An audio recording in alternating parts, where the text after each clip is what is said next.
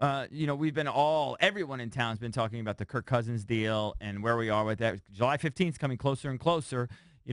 Kirk sounded a lot more optimistic, the last few times we've heard him talk. He's had open lines of communication, it seems like, with the owner. He's saying a lot of the right things, but yet I've also heard some things, and we also know some things that make you think, you know what, I don't know if they're going to be able to bridge this gap. But for whatever reason, Jason La Canfora came out with his report, and he's been positive about this all along. He's thought that when the deadline came, that's obviously when news will be made.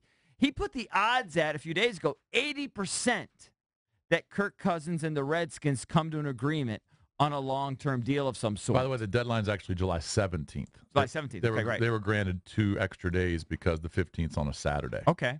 So I think it's that Monday. So now it's the 17th. Yep. 4 p.m. on the 17th. So, how do you take that? Here's what Jason has written. I don't read the whole thing. But he says, the sides have come too far and been through too much to not see this through. I'd agree with that. For as much as was made about the faux trade demands and how Cousins allegedly only wanted to play for the 49ers or whatever, the odds have always been strongest that he re-signed with the Redskins. Mm-hmm. Cousins was certainly not thrilled about being tagged again, but that's the business, and he's nothing if not pragmatic. A year ago, these sides were playing footsie with no chance of a deal really getting done, and owner Dan Snyder and team president Bruce Allen wanting to see Cousins proven on the field for another season. He's done that now, and they aren't going to be picking high enough to land a top quarterback next year, and they can't try to make another RG3 type trade to get one, and franchising Cousins for a third straight year is silly and short-sighted. Although the Redskins have alluded to the fact that they could do that. This is the time to make something happen. Allen knows that, and he's motivated to make the quarterback a known and fixed cost for the owner. Letting Pierre and Deshaun walk was a nod to that, and the Redskins believe Cousins can help further develop young receivers. He's become a leader and a fixture to position of perpetual angst for Snyder, and this team knows what it's like to not have a functioning winning passer. So I'm just talking about a long-term deal with the Redskins. Is July 17th the drop dead? No. I would have to guess. So you think that something still can happen after the 17th? I personally don't think that they're going to get a deal done, so I would fall in JLC's 20%. But now they can still see them do the one-year deal. Year. Yeah, they can still do the 1 year. year. If he has another good year, then you're going to go through this dance again where is he going to get this $30 million transition tag or whatever the hell it is, yep. And they could end up doing it next summer. Yep. Here's the thing. If it was just a financial thing, I always thought that they could get a deal done. Because the initial offer, and we know they've been talking since, so I'm sure it's come up some for Kirk to be feeling more optimistic. But the initial offer reportedly was $20 million. They wanted 24. They were in that starting range-ish. That's only $4 million in a $9 billion a year league or whatever. They can bridge that gap. But from what we know about the other issues sort of around there, how he doesn't necessarily have the most amazing relationship with Jay. I mean, they get along fine, but it's not the same as his relationship with Sean. That, Kirk and Colt, there's some friction there, undeniable. They don't love each other.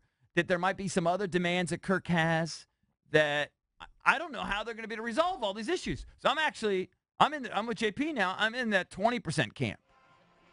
I've always thought they would get a deal. Yeah. And I have done a 180 as I've learned some more recently. I just think listening to Kirk over several months now, I don't think he's dying to sign a long-term deal. I think he's cool with playing year to year, making $25 million.